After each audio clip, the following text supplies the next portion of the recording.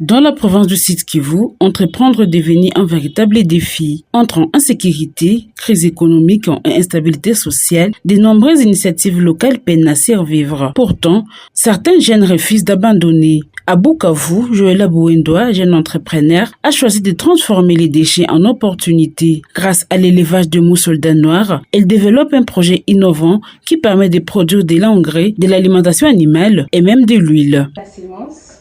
Cette sémence, on obtiendra des mouches. C'est ici que vont venir les mouches.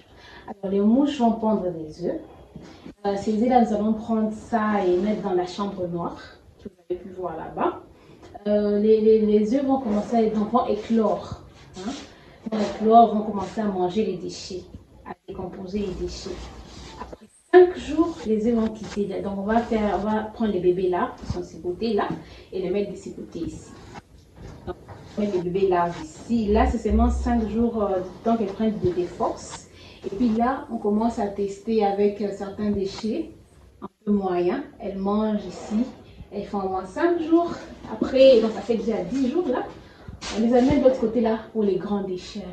Après cette phase-là, alors nous, on va prendre les larves, on vient trier. On trie. On reprend encore la sémence. C'est déjà noir comme ça. Mais aussi, avant de dessécher les larves, on y extrait de l'huile. Donc, avant de sécher, dans le processus de la séparation des déchets et des larves, il y a un processus où on sèche, on compresse plutôt. On compresse, on extrait de l'huile. Mais nous sommes en train de faire aussi un processus de fabrication du biogaz. Vous avez pu voir des tanks, il y a des tanks noirs qui sont de ce côté-là, qui sont des tanks qui vont récolter des coquilles vides, mais également qui vont récolter les mouches mortes. Mais aujourd'hui, cette initiative est fortement impactée par la crise. La collecte des déchets, autrefois plus simple, est devenue difficile. Les structures qui facilitaient l'accès à la matière première ne fonctionnent plus correctement. Désormais, elle est obligée de faire du porte-à-porte avec son équipe, composée de 8 personnes, souvent confrontées à l'incompréhension des habitants. Les grands défis, c'est dans la collecte des déchets. Déjà, il y avait des gens qui collectaient les déchets et on pouvait aller vers ces gens-là pour prendre les déchets. Ou soit, on pouvait faire un certain partenariat et tout, ils nous apportaient les déchets. Alors déjà, ces temps-ci, eux ne travaillent plus, ça devient compliqué pour nous. On est censé passer ménage par ménage pour aller prendre des déchets et même certains ménages ne sont pas réceptifs. Il y a la vente. Les secteurs de la vente, plus encore les secteurs de l'agriculture, donc les champs. Ceux qui faisaient les champs, certains agriculteurs qui faisaient les champs, ils aimaient bien utiliser les engrais provenant des mouches soldats noirs.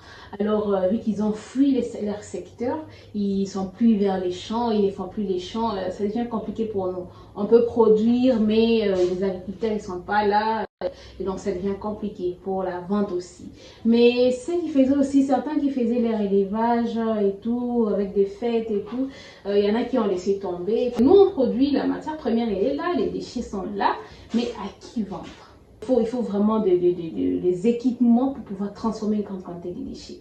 Mais nous, on les fait de façon artisanale avec des bacs, mais il faudrait passer à l'échelle. Déjà, on dit que Bukavu produit 800 tonnes par jour. Et nous, on ne peut valoriser que 10 tonnes.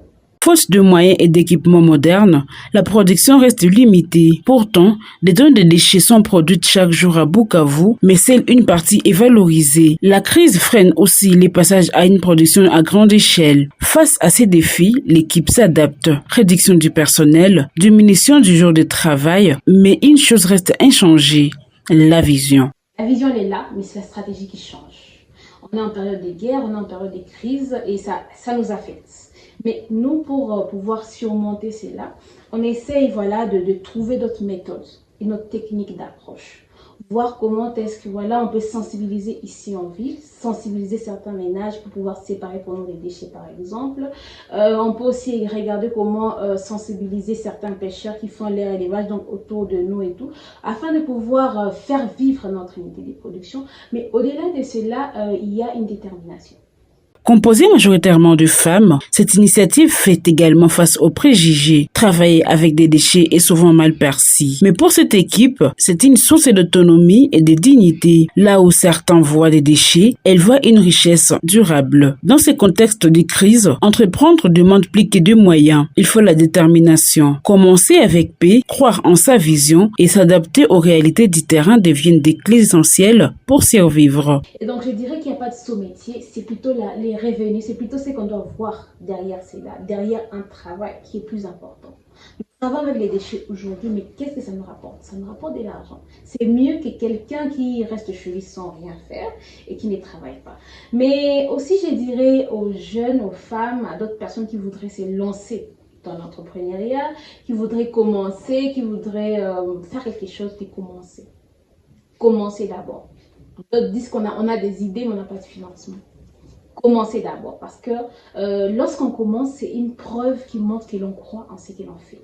Et si nous-mêmes nous croyons en ce que l'on fait, forcément les autres seront obligés de croire en ce que l'on fait. Et là alors, des financements, des ouvertures pourront venir vers nous. Au Sud Kivu, la crise fragilise l'entrepreneuriat local, mais elle révèle aussi la résilience des celles et ceux qui refusent d'abandonner. Entre obstacles et espoirs, ces initiatives montrent qu'il est encore possible de créer, d'innover et de résister.